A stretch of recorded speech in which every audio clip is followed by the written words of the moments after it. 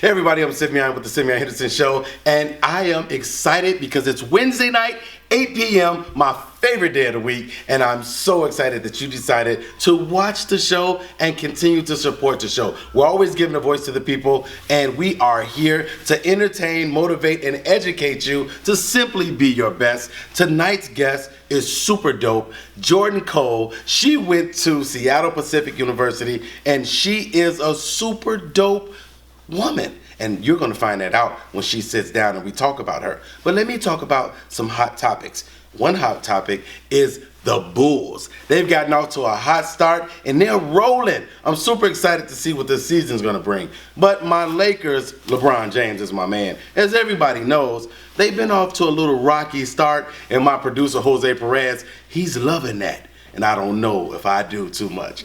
But we're going to have a great show tonight. And I want to give a special shout out to a young lady who I just had to sign a book to. Her name is Colette. Colette, hey Colette, how you doing? She's out in Sacramento, California. And I just wanted to give her a big shout out. She's visiting Chicago. That's my new homie. And she is super dope and always pushing me to sing. Y'all want to hear me sing?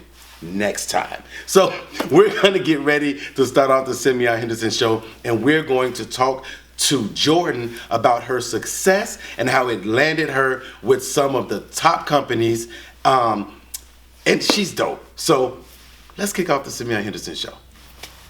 All right, everybody, I'm ready, and I'm sitting down with Jordan Cole. Now, Jordan is an entertainment brand marketing specialist. Ask me what that means. I hear entertainment, I hear brand marketing, something to do with entertainment and making things move, right? One of the reasons that I wanted to have Jordan on the show is because I wanted a lot of the black and brown kids, not just us, but everybody, but definitely us, to see that in order to be in entertainment, you don't have to be in front of the camera, you don't have to be dribbling the ball, throwing the ball. You can actually use this to make a pretty decent living, right? So Jordan, how are you? I'm great. How are you? I'm good. Your braids look tight. Thank you. They are tight. And let me tell you guys, this was not planned. I have on my Be Symbolic gear. She has on her Be Symbolic gear. She is from California, and she's here in Chicago visiting us. And let's get started. Okay. So talk to us about your educational background first. Okay. So I'm originally from Sacramento, California. I actually went through the same public school system from kindergarten all the way through graduation, which is like one of the top school programs in California. So I had a really good education out the gate, which I'm really thankful for. Okay. So I went to high school at a high school called Pleasant Grove High School. I did everything. I genuinely feel like that's where my production and like getting involved with activities, events, and marketing stuff started. We had to make signs. You had to I was the rally commissioner. I had to be on the mic and introduce people. I had to coordinate prom, like finding venues and floral arrangements. It was all the small details. Started way back then in high school. So after high school, I decided to go to college in Seattle. It's a small Christian university called Seattle Pacific University, but it was an amazing opportunity. Wouldn't change it for the world. We didn't even have sports teams. We did, but we were a D2 school, and all we had was basketball and soccer. It was really small. But yeah, so I went to college out there. I got a degree in communications. I'm like 1 or 2 credits away from a minor in global ministry, but I never finished that. But I definitely took all the courses basically, and so yeah, that's I've met your mom. I'm surprised you didn't finish that global ministries. She never even knew about that. Oh, so of course. That's the only reason she didn't finish that. Because if you know Colette, you know that she would have finished that global ministries thing. She didn't even know about that. But that was honestly one of my favorite parts about going to a Christian university. We were able to, because growing up in church, you're kind of told, like, you wear this, you go here, we're going to Sunday school, we're going to morning prayers, we're doing all of these things. So it was awesome from the standpoint at the university to, like, inquire and ask questions and learn and also get other perspectives in classrooms from people who grew up differently in church. Right. It was definitely not a predominantly black university, so it was just a really cool experience. And I also, throughout that process, played an instrument, which also was cool. That's honestly how I was able What'd you play? That's honestly how I was able to graduate on time. Is the band credits were amazing because you could stack them on. But yeah, I played the flute. Okay. So while I was there, I was able to get credits for the woodwind ensemble, the woodwind symphony, and then the flute choir. So I was able to stack all those credits on top, and they counted as upper division. So that's what allowed me to not really have to finish the minor, because I could just use music to keep exactly. going. And listening to all the stuff that you've done and that you've been doing, that I totally see that communications background creeping in. My mom is also like my whole life was a communications professor, so it kind of just was easy. Okay, that's cool. So you've worked with big companies like HBO, LG, the NFL, and even a few startups, right? Correct. So talk to us about how was it when you landed your first job with a brand company, with a major brand company? Right. So my first real like job, clock in, clock out, was AT&T. So that was my first time getting familiar with like big brands and people who have money, but you don't really see it being like a bottom feeder. I sold phones. So that was my first time doing that. I did that for 5 years. Then some time went by, lots of jobs in between, but my first like gig where it was in a creative space and marketing was actually last year in 2020. There was a woman I met named Kate, and she started her own creative agency. And during the pandemic, I was like, hey Kate, like I know we're in the pandemic, but I would really love to work with you someday, even if I'm doing something for free. So that's like a really good point I'd like to always recommend everyone do, is be persistent when you're talking to people and network, and make sure you're always just, putting your best foot forward and do your research. So yeah, I found her on LinkedIn, and that's how I got her email. So it's just being diligent about reaching out. But my first brand that I've ever worked on and did a major project was for HBO. We actually did their Pride content. And I had no experience. I have to be honest with you all. I never really, I have friends and family members that are a part of the LGBTQ plus community. But when I tell you it was life-changing from the standpoint of learning and research and becoming aware of what's going on. Because you're engulfed in it. You're doing it. You have to find out everything you can about it. And honestly, it made me open my eyes of we can't expect people who aren't part of the brown community to come in and help us if they don't come in and really learn our history and learn about us more. So learning about the LGBTQ plus community and doing that project and sourcing talent and finding underserved groups, and it made me learn a lot about how a lot of it's black and brown people a part of it too. It was a really cool project to just learn and also understand, and I think that it was very humbling and also huge. We won tons of awards for it. In the creative world, there's lots of little not quite Golden Globes and Emmys, but we have little small awards you can win. Can't think of any of them right now, sorry. But they're on my resume. That's where it counts. But you guys are so instrumental in the success and the growth of these companies and the things that they're doing. So it's not to be laughed at or shunned away from, because it's a intricate part of making the brand and the company tick and move. Correct. And our focus with when I was working with Kate and working with her still is a lot of multicultural emphasis. That was the one thing I told her, working here, I'm not going to be shying away from anything anymore. Especially last year with George Floyd going on, the project was supposed to go live on June 4th. And I literally in a meeting with all the executives was like, hey, I'm not sure if y'all are aware, but we cannot go live this week. There is a major event happening in the world right now. And I personally don't feel comfortable on my social platform announcing that we're doing pride and a party and a festivity when my community is hurting right now. So after that conversation, we actually pushed the project back, and it made the project so much more successful because of us not just being aware. You don't want to be tone deaf in a time where people are hurting, mourning, and affected. So it was just a really cool thing that I had someone in leadership that actually heard me out.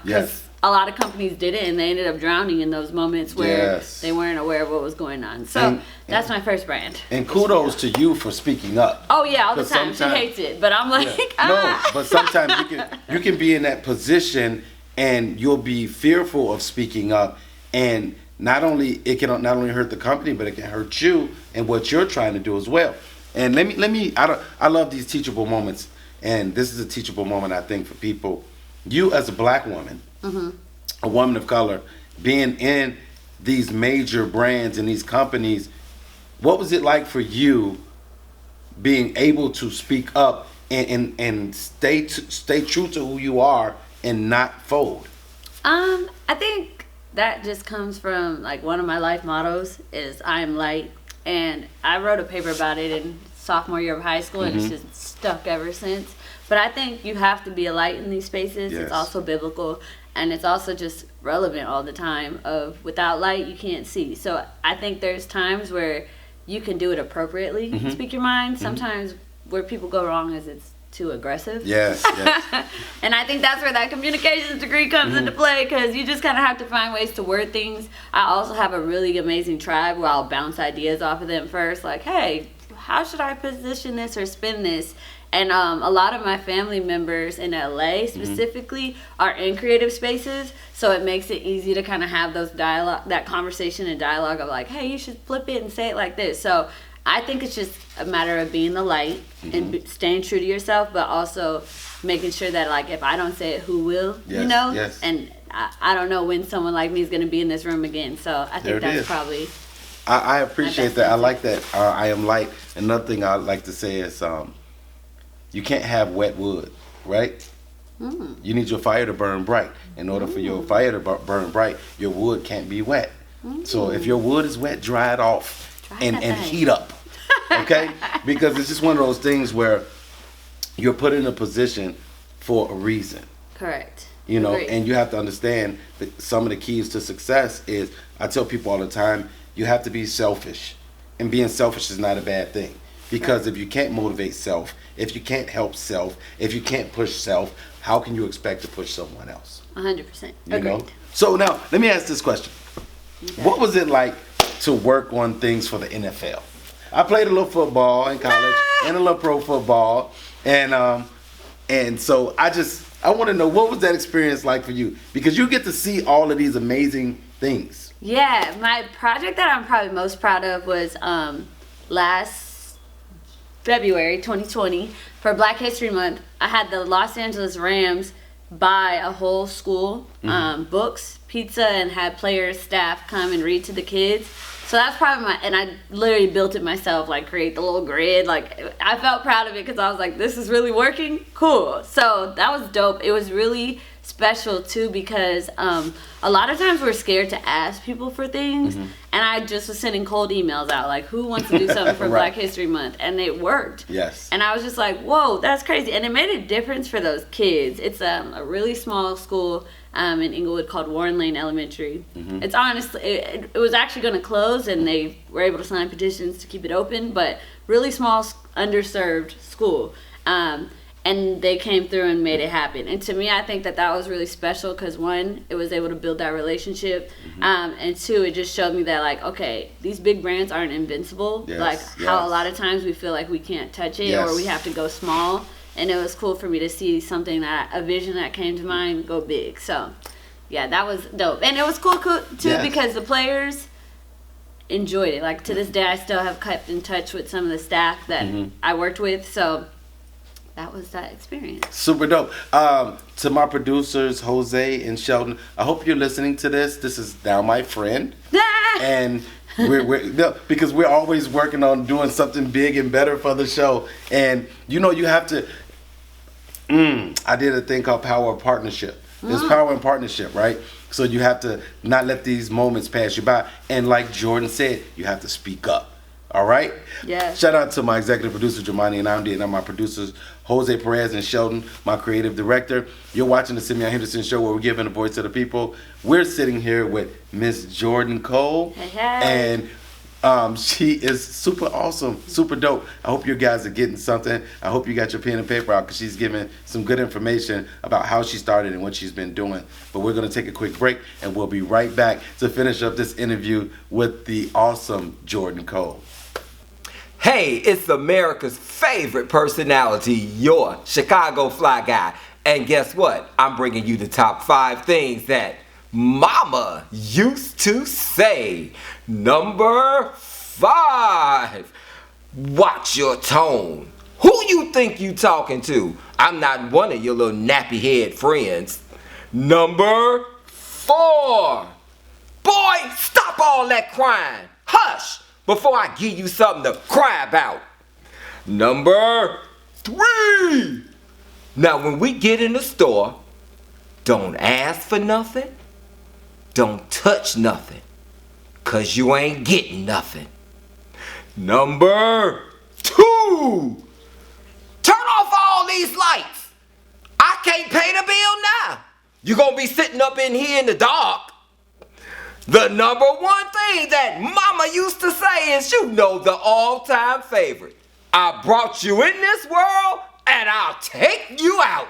I'm the Chicago Fly Guy, and these have been the top 5 things that mama used to say. And no, Simeon, it ain't take your time, young man. Simeon talking about mama used to say, take your time, young man. Y'all remember that song by Junior?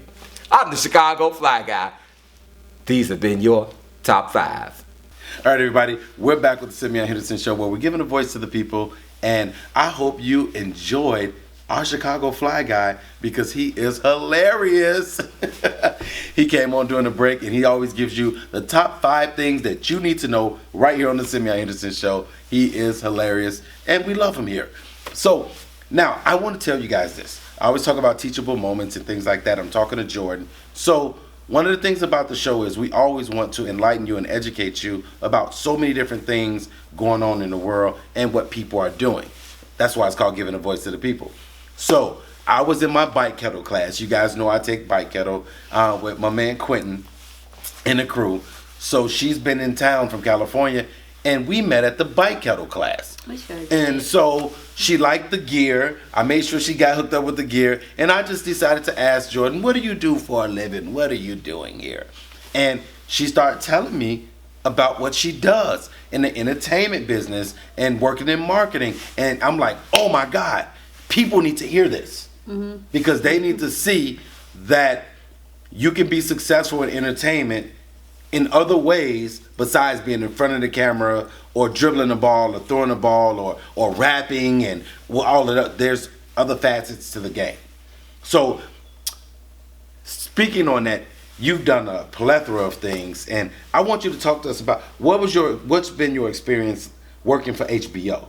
You talked to us about AT&T. You talked to us about the NFL event and things like that. What's been your experience? Because HBO is huge. Everyone knows HBO. Correct. So the thing that I didn't know ahead of time is a lot of these companies hire creative agencies. So just to give you some context, a creative agency gets contracted work from these major companies to execute projects. And it could be marketing, it could be events, well, at least from my standpoint. It could be marketing, it could be events, it could be performances, it could be festivals, all types of scales of projects. They usually outsource it. I'm not sure if it's for financial reasons or to keep fresh ideas or what, but that's how the industry I work in works. Is we're constantly bidding for projects.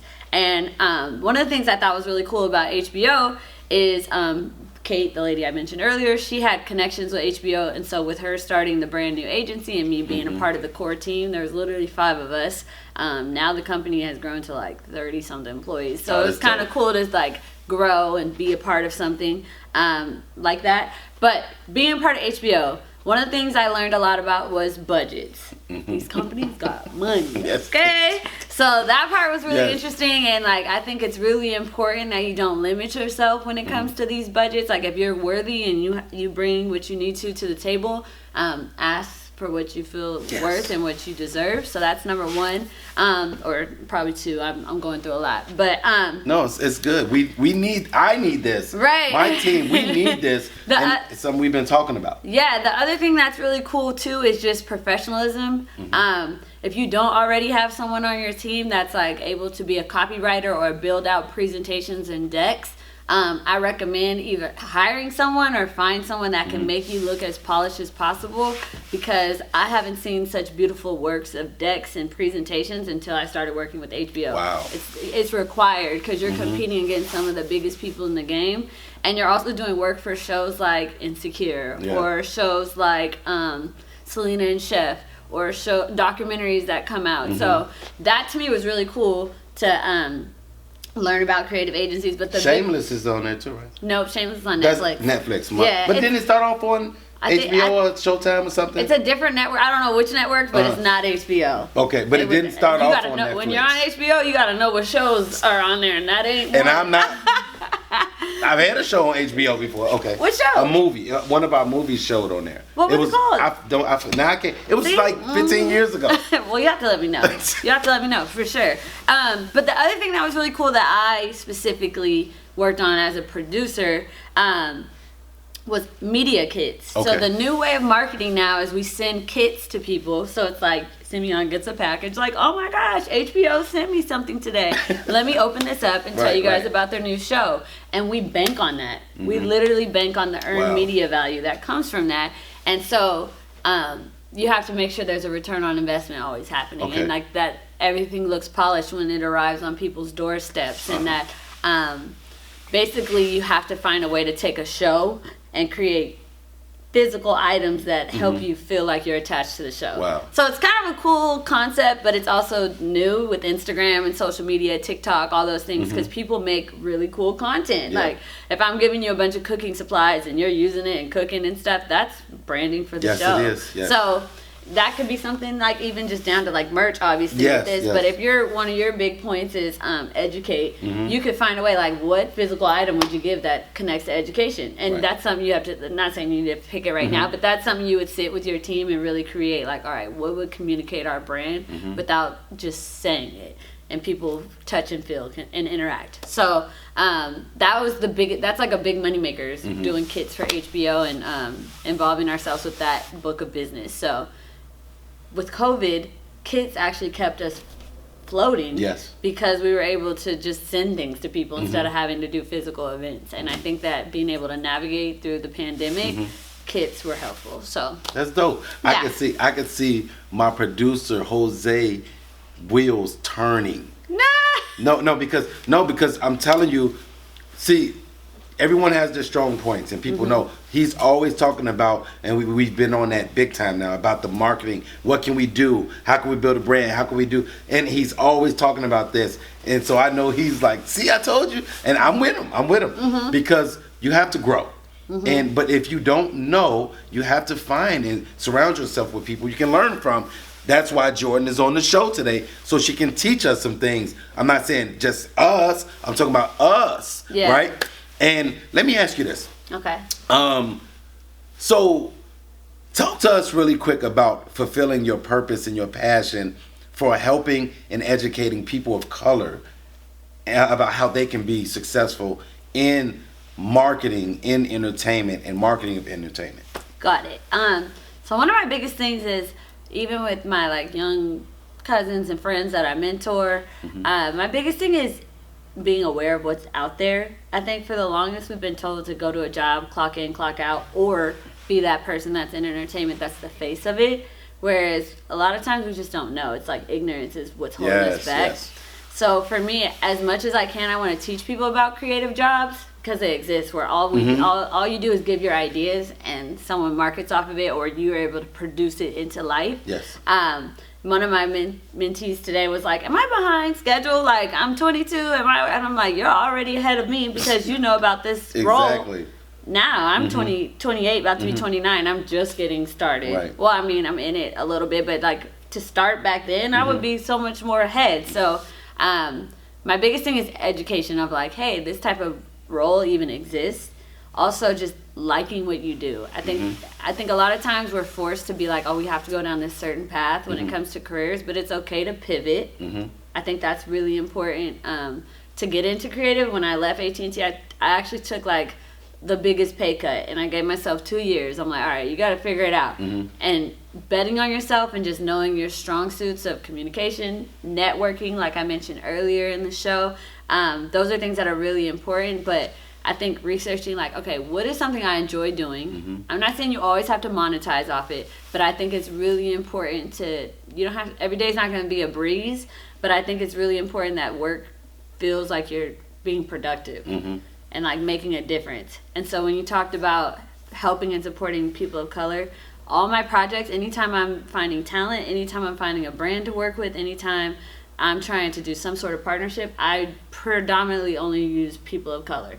Not because I don't have other brands that exist that are out there. I just know how important it is for my friend who owns a clothing line to say my brand was connected to HBO. Yes. That stamp is important for Yes. them versus a brand that's been around for years and always been doing projects. Right. You know, that elevated their brand a little bit to say that. So anytime I can put people in position to evolve and make some money through a project I have, I'm gonna do my best to pitch them. So that's probably my best way. It's like pulling people with you as you go.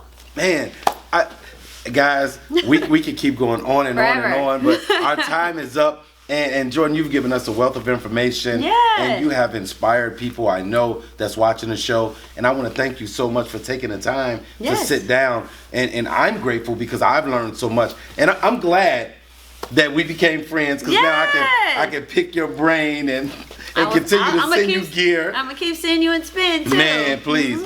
Shout out to Bike Kettle too. Shout out to Bike Kettle, yes, keeping us fit and healthy, right? We got to get the Fly Guy and Jose in there one day, and Yes. it'll be cool.